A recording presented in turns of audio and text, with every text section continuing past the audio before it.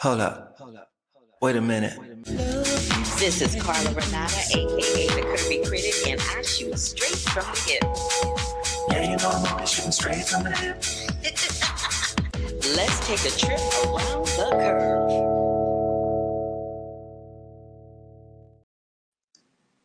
Hi everybody, how you doing? It's your girl Carla Renata, aka the Curvy Film Critic, back for another episode of the Curvy Critic with Carla Renata. If this is your first time tuning in, give me a big thumbs up to let me know you were here, and click that bell for notifications if you are on the YouTube. If you're watching this via Facebook Live or Instagram or any of the other streaming platforms, welcome y'all. Thanks for y'all that came back. Thanks for y'all that are here. I know my boy Brandon was in here, and he said he can't wait to see Bad Guys 2 on Thursday, and Gumball comes back tomorrow. Yay! Thank you for letting me know, Brandon. All right, so we are going to get into it today. This is what we're talking about. And I usually tell y'all what I did the week before and all that jazz. So what I did the week before was I was back over at Fox 11 LA talking about the Hurricane Katrina doc, the 30th anniversary of Clueless, and of course, Fantastic Four, First Steps, which I'm going to get into today. I also went to the world premiere of Freakier Friday. We'll get into that a little closer to the release time, which is in a few weeks. But before I get, let me talk about one other thing before I say this. The Getty Museum, I did a piece on the Getty Museum for Fox 11, or the Getty Center rather, for Fox 11 a few weeks ago. And they invited me to this event, which happens there every summer. That's me at the thing last night. I loved it. And they have these beautiful rainbow steps celebrating love that coincide with a queer exhibit that they have. But more importantly, I was invited to a press test tasting at the Getty. They gave us this little bag. I had a little reserved table. This is a little preview of the bites that I had. That little pink drink was fantabulous. It was so good. I had me some truffle fries, and in that pretzel bun is a crab. It's a crab sandwich. I love me some seafood. That was a crab sandwich. I got my entire life. And the view there is so gorgeous. I took this picture with my phone. How beautiful is that sunset? And this is the grounds that it happens on. It's really a beautiful place. If you are in the Los Angeles area, you should really check out the Getty Center. It has so much to offer. And you can always go to my Instagram page to see the piece that I did about that a few weeks ago. Before I get into what I'm going to talk about today, I want to say this. So Malcolm Jamal Warner, as we all know, as Theo from the Cosby Show, unexpectedly passed away this week. He was caught in a riptide in the ocean. He had his 8-year-old daughter with him. His 8-year-old daughter survived. Unfortunately, he did not. This picture that you're looking at is a photograph that was taken when my friend Yvette Nicole Brown took me to see his band Miles Long. He was a very accomplished jazz musician. He was a poetry slam artist. I saw him do poetry slam when I first moved to LA. I'm going to come back on camera and tell y'all about this. When I first moved to Los Angeles, bra strap, oops. When I first moved to Los Angeles, there was a place called Lucy Florence over in the West Hollywood area. It was run by these two models, and they would have a poetry slam night. And one night when I went there, shortly after moving to LA, Malcolm Jamal Warner got up and did his poetry slam. And I was like, oh my God, it's Theo. He's fine. Oh my goodness. But then years later, I would see him again with his group Miles Long. And he won a Grammy for his musicianship. But I would be remiss in letting my podcast go any further without honoring Malcolm Jamal Warner and sending thoughts and prayers and much love and light to his mother Pam, his wife, and anyone in his family that is dealing with this insurmountable loss, and all his friends that loved him so very much. So I just wanted to make sure that I got that off. Today, we're going to be talking about the Hurricane Katrina documentary. I had the pleasure of dealing with a roundtable for National Geographic around that with some very prolific and well-respected journalists.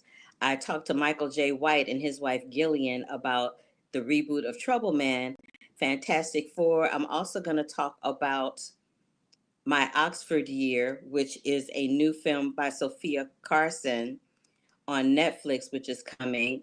And what else am I going to talk about? Trouble Man, da da da da. Oh, and Sunday Best. Sunday Best is a documentary that centers around Ed Sullivan. So let's get into that, why don't we? So this picture right here is of Ed Sullivan and the Jackson Five and Diana Ross. Now, this is what I want to tell you about. Uh, I'm sorry. This documentary is streaming on Netflix. This is what the focus of this documentary is, and let me tell you a little bit of history about this show. Ed Sullivan was kind of like, it was a variety show in the 60s and 70s. There were a lot of. Let me come back on camera so you can see me talk. In the 60s and 70s, there were a lot of variety shows that were on TV. And a variety show means that there was a host, and then they would have a bunch of entertainment guests, like the Sonny and Cher Hour, the Carol Burnett Show. During the 60s and 70s, it was a big thing to have these variety shows. But Ed Sullivan was the person that kicked it off with the Ed Sullivan Show. Ed Sullivan was a disc jockey. Well, not disc jockey. He was a radio personality and somehow forayed his radio personality into a TV show. This documentary centers on him and his show on TV, which started from 1948 to 1971. His efforts, and this is the thing that's important about Sunday Best. Ed Sullivan was booking guests of color, people like James Brown, Harry Belafonte, the Jackson Five, Pearl Bailey, Stevie Wonder, I said James Brown, Berry Gordy.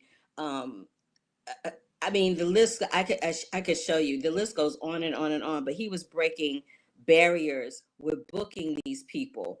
Here's him and Stevie Wonder. I'm sorry, that was Ray Charles. Here's him and Stevie Wonder. That was a horrible faux pas. That's Stevie Wonder. The one before was Ray Charles. Here's him and Pearl Bailey. Here's him and the Temptations. And I love this picture of him deep in thought as he's getting his act together. And then looking through that camera to make sure that they got all the right angles of the people that were on his show. So let me tell you a little bit more about what the show is. So it's a documentary. It's a real short documentary, real short. So it won't take up too much of your time, and it's really interesting.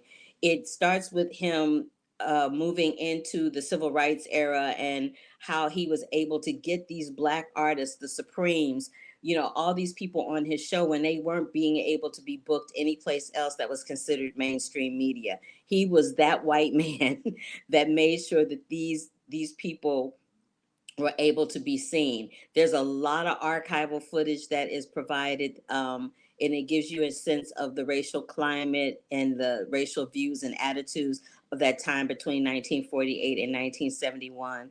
And if you want to, he was kind of like a racial revolutionary, if you will, through his show, working towards making sure that in the entertainment lane that we had a more integrated and equitable society. So again, it's called Sunday Best, and it is streaming on Netflix. You will really enjoy it. Hurricane Katrina, Race Against Time will be streaming on National Geographic beginning July 27th. And the day after, you can catch it on Disney Plus and Hulu. Now, this is the 20th anniversary of Hurricane Katrina. It is done in 5 different episodes. It is directed by Tracy A. Curry and Miles Esty. And like I said at the beginning of the show, I did a roundtable for National Geographic with Eric Deggans from NPR, Gil Robertson, who is the co-founder of AFCA, the African American Film Critics Association, and Rick Bentley, who is from KGET and the Fresno Bee. And he has been a critic there, an entertainment critic and reporter there for over 20 years, respectively, in both places. The Hurricane Katrina Race Against Time doc puts us in the eye of the storm before it hits, after it hits, during the storm, and is centered with that point of view through 5 different people that were affected by the storm. And so I was able to ask a couple of questions during the roundtable in response to that. And when we come back from that, I'll tell you some more about it. But take a look and a listen to this roundtable centered around Hurricane Katrina, Race Against Time.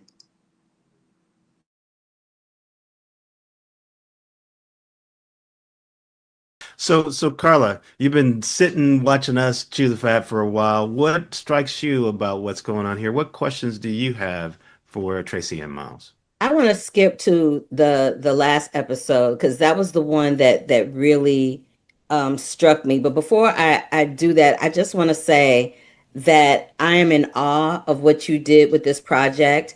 I was viscerally moved emotionally. I sobbed and I had to like get myself together for a minute after I watched it because like you said, everybody remembers where they were and what happened and everything. And I remember my sister circle went down there to help rebuild. I remember somebody I was dating at the time. His mother was one of the people that lost her home and they had to rebuild, and dealing with FEMA and all that was a process. So I just wanted to thank you for your work and being well rounded and covering it for this docu-series. My question is, have you had a chance to speak to anybody from the Corps of Engineers who obviously have admitted that they needed to address adjusting the levees for climate change, as the hurricane could be worse, the next one could be worse than Katrina and Betsy combined? And if you did, why was that not included in the series?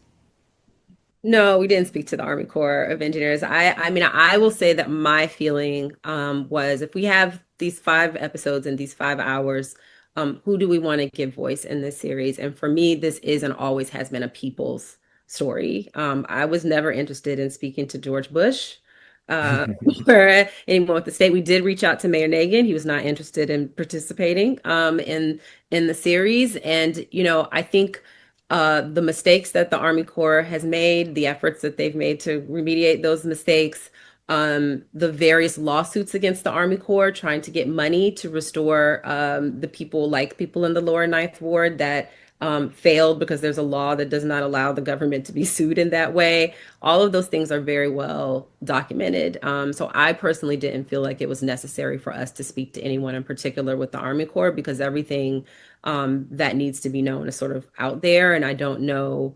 I guess it would have been offering them an opportunity to offer some sort of defense for what there is really no defense or explanation for. But really, for me, it came down to holding as much space as we could for the people who survived and were there to experience Katrina. Yeah, I do think Carla brings up a good point because, there are moments in the project where you have the police superintendent talk about the mistakes that he made and how, he may have jumped the gun on introducing this idea that they were snipers targeting emergency workers, or that he may have passed along misinformation because he was trying to be transparent and kind of screwed up. I was wondering how you chose some of the people that you talked to because we don't really seem to hear from people who represent the presidential administration or the federal side of what happened. I think Yeah. that was just so good. Oh yeah, no, I think for me the focus was always on the people who survived it. And as you hear General Honore say, one of the things that was unique about this is that the first responders were also victims.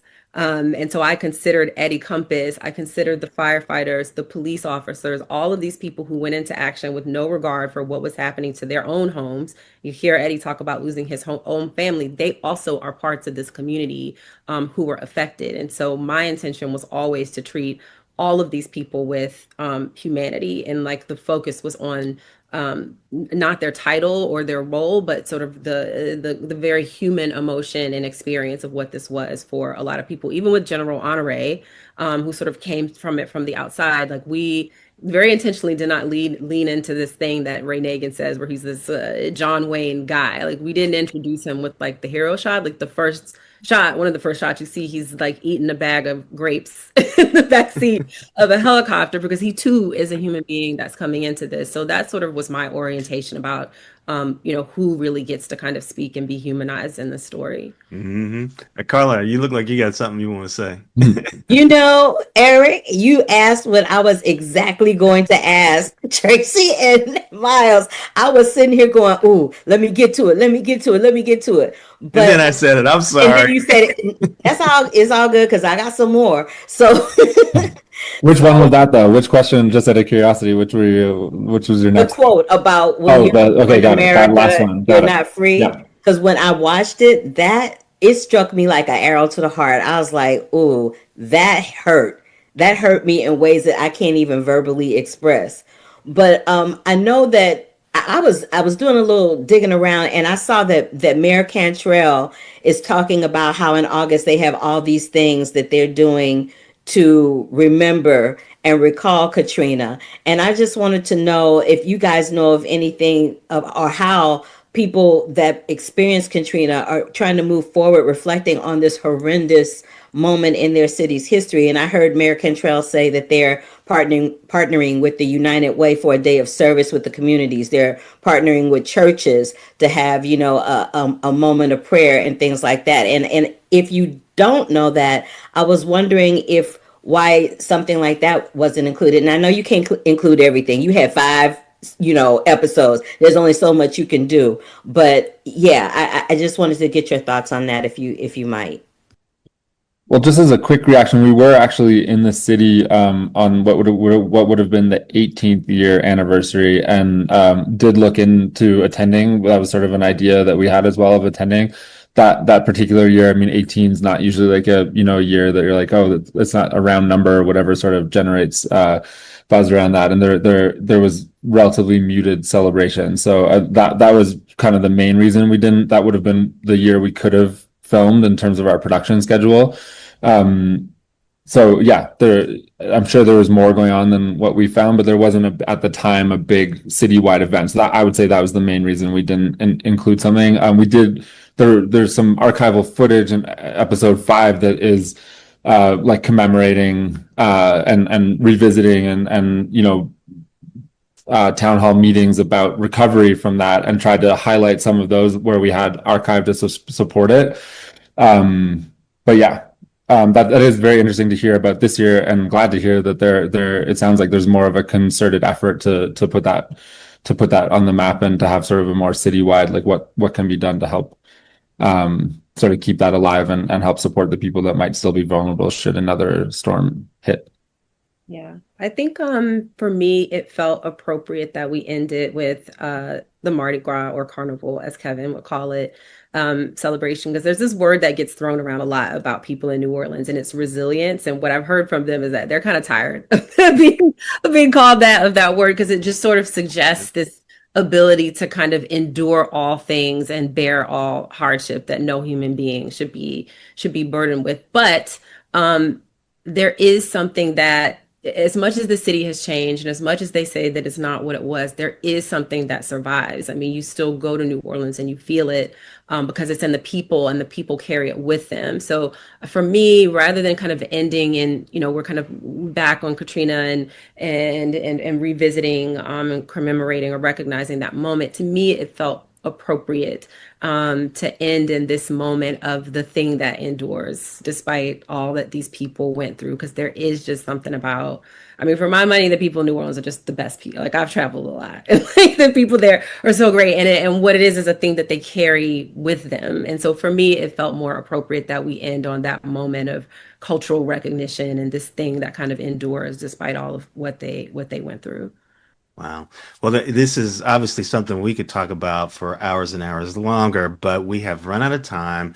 And so I want to extend my thanks to Tracy Curry, the director, and Miles Esty, the EP and showrunner, for Hurricane Katrina, Race Against Time, five-part documentary presented by National Geographic. Very informative, very moving, very emotional. We had a great time talking about it. Carla, Gil, Rick, thank you for joining me. I'm Eric Daggins, TV and media critic for National Public Radio, signing off.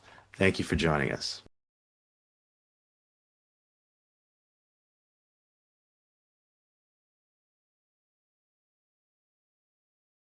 It was a great conversation. You in a round table. So let me explain to y'all what a round table is for those of you that don't know.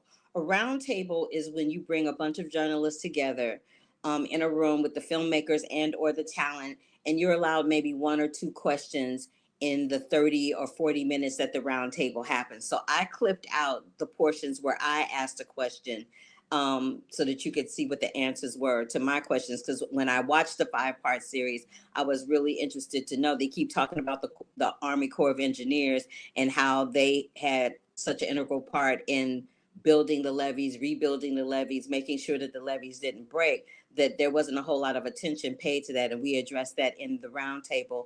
I also I knew that there were a lot of anniversary activities happening this year and wanted to see if they knew about anything else other than what I already knew. What I do want to say is one thing that really kind of annoyed me was the fact that the people of New Orleans kept being referred to as refugees. And you're not a refugee if you're in your own country. You can't be a refugee if you're in your own country and displaced due to a natural disaster. That doesn't make you a refugee. So I just want to put that out there. But again, you guys, it's called Hurricane Katrina, Race Against Time. It is going to be streaming via National Geographic on July 27th, and then the next day on July 28th on Disney and Disney Plus and Hulu. So today is July 27th. You can catch it there right now. If you have the opportunity to watch, make it your business to watch it and check it out. I want to talk about this film a little bit, which I didn't mention in my intro. It's called My Oxford Year. But before I get to it, let me address these little comments that y'all have been putting in here. So Maverick 77 is all about the Fantastic Four, Rise of the Silver Surfer. What else did he say? He said Fantastic Four, Rise of the Silver Surfer is a better movie. Okay. He also said climate change is real. Yes, it is. And then he said Leonardo DiCaprio is making a Captain Planet movie on Netflix. Okay, that's good intel.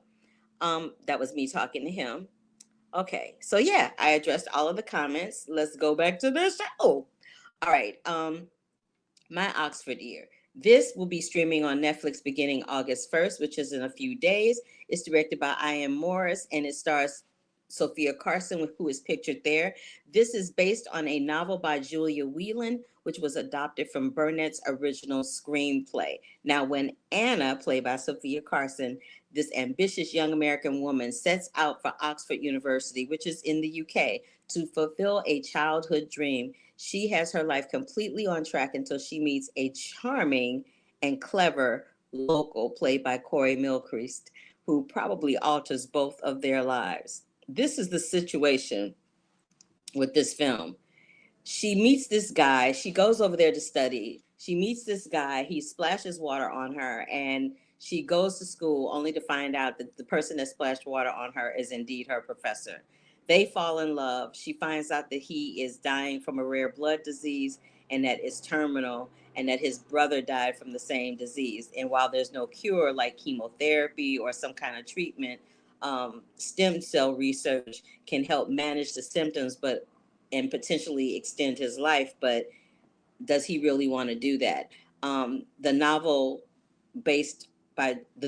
written by Julia delves a little bit more into how this impacts his relationship with Anna. And what I'll say when I watched it, I am a sucker for a rom-com. I will watch a rom-com all day long. This one is beautiful and touching, and a reminder to live in the now, as tomorrow is never promised to any one of us. Live in the now. Sophia Carson is leaning into her Latin heritage for this one, and is slowly but surely becoming the queen of the rom-coms for Netflix, I dare say. The other thing that's really great about this film is that his parents, her love's parents, they in an attempt to protect him, they are robbing him of him making decisions on how he wants his body to go out and not letting him go out with dignity and grace the way he wants to. And it also begs the question of, would you literally put your life on hold for someone else that you love. I would, because I'm just built like that. But I'm not so sure everybody would do that. And so it makes you think. If you're not somebody, or you're somebody who might question that, it'll make you think about it. But at the end of this film, I don't want to ruin it for you, but baby, the end of this film will have you weeping in the ugly cry with that last tableau. It is called My Oxford Year. It stars Sophia Carson. And baby, when I tell you it is the love story of all love stories, yes, it's corny. Yes, it's got all of that going on, but who doesn't love a corny love story? I'm there for it, okay? Before I move on to the next film, I want to tell you about here in Los Angeles, part of the street food cinema series for the summer at the Los Angeles Equestrian Center on August 2nd. They are going to show a 35th anniversary screening of Pretty Woman that is happening next weekend. You're going to love it. So if you're not familiar with street food cinema, go to streetfoodcinema.com in Los Angeles so that you can see Pretty Woman and get your groove on. I also want to tell you about something else that is coming up. Eyes of Wakanda is a new Disney series which is taking us even deeper into the world of Wakanda with this wonderful, wonderful animated. Is it an anime? I'm not sure if it's an animated series or it's like an action adventure series that's following the adventures of brave Wakandan warriors throughout history. And in this globe-trotting adventure, the heroes must carry out dangerous missions to retrieve vibranium artifacts from the enemies of Wakanda. And it goes on and on and on, but it's helmed by producer, director Todd Harris, along with Ryan Coogler, who also is executive producing, along with his wife, Zinzi Coogler, Sev Ohanian, and Kalia King, who make up the Proximity Media, which is Ryan's production company. So be on the lookout this week for Eyes of Wakanda, which is going to hit Disney Plus on August 1st. All right, Trouble Man. Before I get into Fantastic Four, let me get into Trouble Man. Now, Trouble Man, if y'all know anything about blaxploitation films, back in the day, Trouble Man was a film that was released in I think it was 1972 with Robert Hooks, right? And when Robert Hooks did it, he played this character named T, and T was a slick detective who had done very well for himself, but still runs his operation from the same mean streets he grew up on in South Central LA.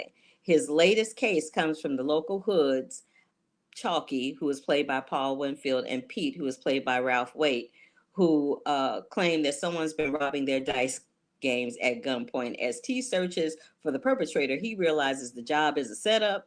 Chalky and Pete have pinned down a murder on him, and both cops and criminals think T is to blame. Now, cut to 2025, where we have the same film title, Trouble Man, being written, produced, and directed and starred in by Michael J. White, along with his wife, Gillian. This one follows Jackson, a former cop turned PI, caught in a web of betrayal, but it's the love and trust between its stars that gives the film its heart. The stars of this film are Mike Epps, Michael J. White, his wife Gillian White, Lala Anthony, Orlando Jones, and many others. It's like a throwback to the 70s action film, which Michael J. White has an affectionate love for.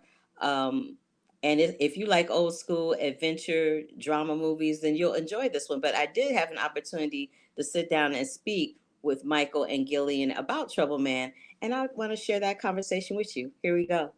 I loved seeing y'all on screen together. It warmed my heart. The chemistry was like, pow, pow. I was like, yes, for the chemistry. Yes. Michael, I want to know, first of all, let me say congrats on directing, producing, co-writing, and acting in this film and having your world premiere at ABFF. I hope that was very successful for you. Yes, absolutely. Yes. Cool. Thank you. So I want to know, why Trouble Man in 2025? Well, because I feel like I love those movies for one reason, and the brotherhood, the connection, and that whole idea is something I kind of grew up with, and the fact that there hadn't been any movies like that anything like this in a very long time that I know of, where action movie, comedy, all of that. That's my favorite genre to mix those all together, and so this is something I wanted to do for a while. Okay, fair enough, fair enough. I also wanted to know I forget who says this or something similar to this in the film, but I think it might be the tagline. Someone says that Trouble Man is one stop to trouble and one stop to make trouble. Which one are you? Uh, Are you one well, stop to trouble, or are you the one to make trouble? well, I'm the one to make trouble when it needs, it's kind of good trouble. Necessary. Yeah, good trouble, which is what's John Lewis said. Good, Yes. yeah. What about you, Jillian? Are you one to stop it, or are you one to make it? I'm one to stop it. I want to stop it. I don't make too much trouble. I always like to be the one to come in and be like, hey, we're all friends here. Relationships are difficult, right? And the fact that you guys are working together and making it work is really, really good. But how do you become the person that makes you evolve into someone to love? And I'll let ladies go first. Well, honestly, our relationship has never been difficult. This is my best friend right here. And in all honesty, we are, when we're on set, when we're at home, wherever we are, we're best friends. Yes, we're husband and wife, but that's my best friend. And who do you have the most fun with? Your best friend. So whether it's a working situation or at home, it's the same dynamic. It's always the same. So it's not really difficult for us, but we work really well together.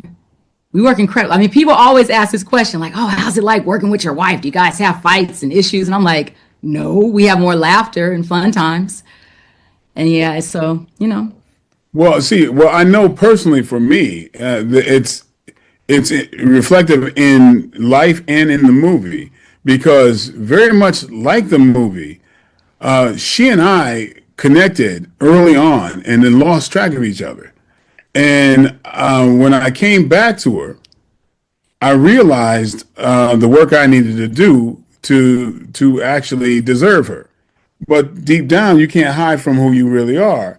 And deep down, what I wanted was that family I never grew up with.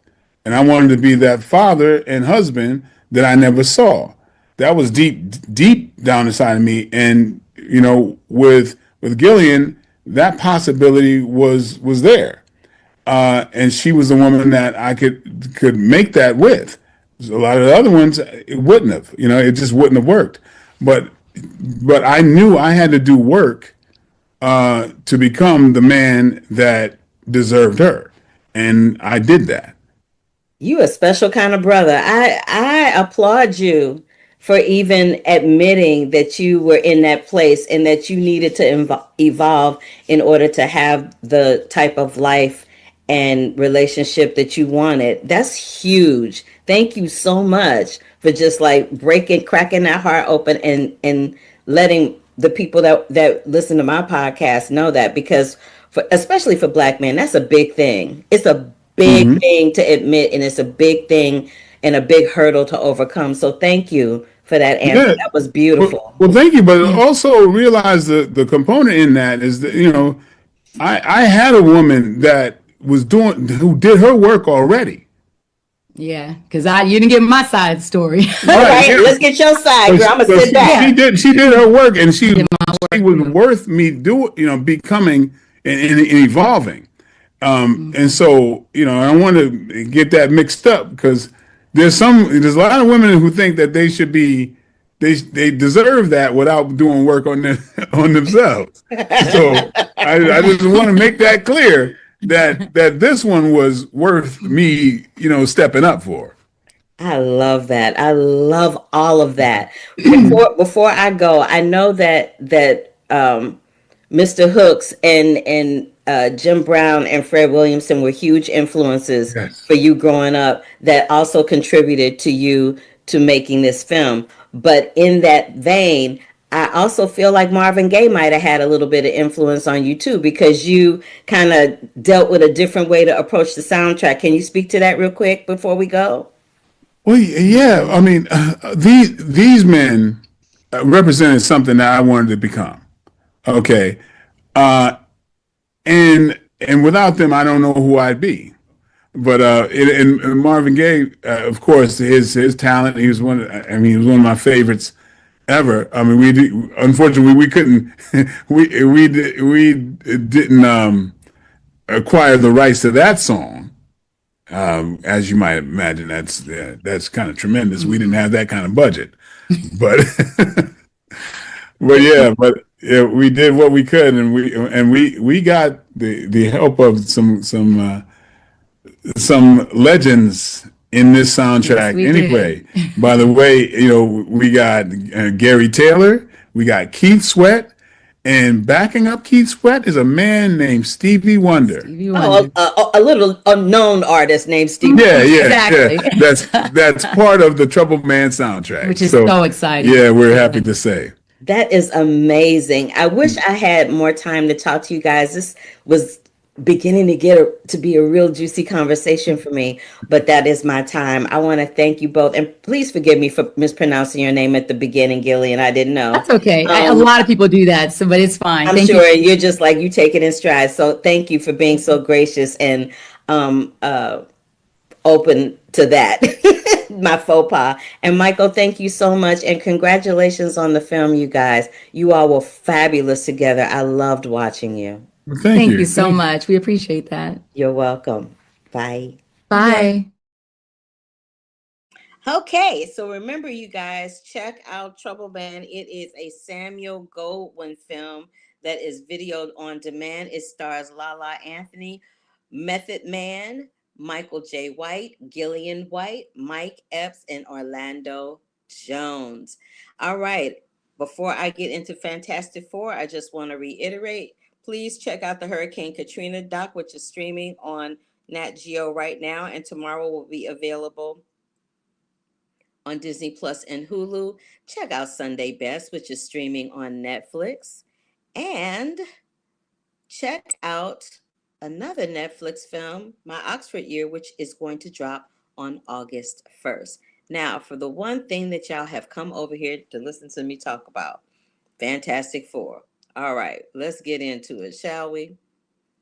But before we do that, Brandon said, also heard we're getting first full trailers of Zootopia 2 and GOAT.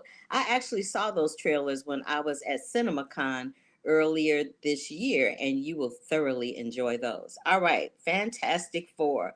The first steps. It is an MCU Disney joint. It's in theaters right now. It's directed by Matt Shackman. It stars Vanessa Kirby, Pedro Pascal, Joseph Quinn, Iban Moss Bacharach, Julia Garner as Shalabal, Silver Surfer, who Maverick 77 Defender is all about. So let me come back on camera and tell y'all my thoughts about this film, because there's a lot to tell. So let's get into it, shall we? All right, so this is what I have to say about the Fantastic Four.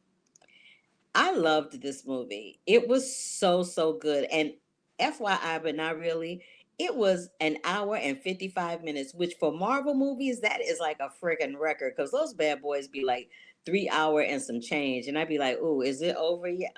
Oh, can we really need 3 hours of superhero? But no, this one is an hour 55 minutes, so it goes by very fast.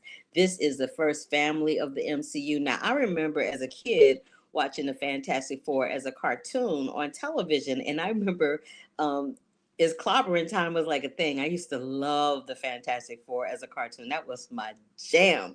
Anywho, I digress.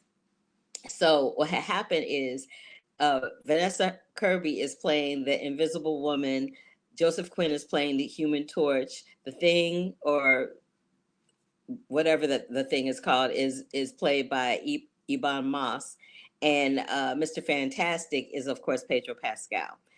The acting in this film from everybody in it is marvelous. Everybody is bringing their A game. But I just have to point out that Vanessa Kirby, who's pregnant right now in real time, is pregnant in the film, and she also was pregnant in a film during the pandemic. I forget what Pieces of a Woman was the name of the film. I'm like, is she gonna have a career just giving birth on film? She's fabulous at it, but I was like, oh, this reminds me of when she was in Pieces of Woman during the pandemic. Anyway, again, I digress. Joseph Quinn is very reminiscent. His comic timing is very reminiscent of a young Robert Downey Jr. He kills it. He's really, really great.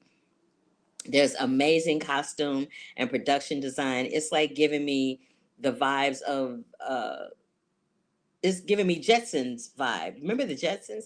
It's giving me the Jetsons, but it's the Fantastic Four. But baby Franklin steals the show. The baby in the film steals the show, and the message of the Marvel MCU films always have a message, and the message is you're more united than divided. You're more united than divided, and family comes before anything. Family comes before anything. It is a great watch. It is a great family film. You will absolutely enjoy it and love everything about it. The Silver Surfer is everything. She is everything. And the thing about her, I love that we get a little backstory on her in the film too. We get a little backstory on everybody, but they don't like sit in it for too long. They give you just enough to whet your appetite so that you understand what's going on. And you don't have to see other Marvel Cinematic films to see this one. It's a standalone film because it is the Marvel Cinematic Universe's first family. So there's that. So that's all I have to say about the Fantastic Four, the first steps. It is in theaters right now. You guys are really going to love it. It is clobbering time all day long, and it's going to be clobbering time all summer long as this film annihilates the box office numbers, okay? So when I come back in a few weeks, I'm going to have Freakier Friday. I told y'all I would. I have Freakier Friday. And I'm going to talk a little bit about Happy Gilmore, too. I'm also going to talk about a film called Love, Brooklyn. I'm hoping to have some people from that film and a couple of other ones. I can't say what they are right now, but I'll tell you a little later on. Again, let's give our prayers and thoughts to the family of Malcolm Jamal Warner. Check out Trouble Man when it hits on video on demand. This was the old Marvin Gaye soundtrack and the old picture with Robert Hooks, but this is the one that you want to see. Is this one with Michael J. White.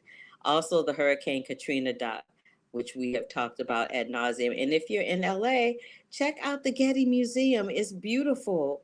Not the Getty Museum, the Getty Center. Okay, so there's three things. Okay, let me come back on camera to clarify.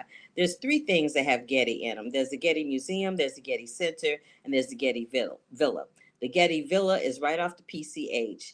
The Getty Museum is a little further into Los Angeles, and the Getty Center is right off the 405. If you live in LA, you know what that means. So check those out. And of course, my girl Sophia Carson over at Netflix in My Oxford Year. Okay? That was fast and furious, but I loved it. I hope y'all loved it too. And I will catch y'all on the flip side. Love, peace, and hair grease, and deuces until the next time. I'll see you next week. Bye. Hold up. Wait a minute.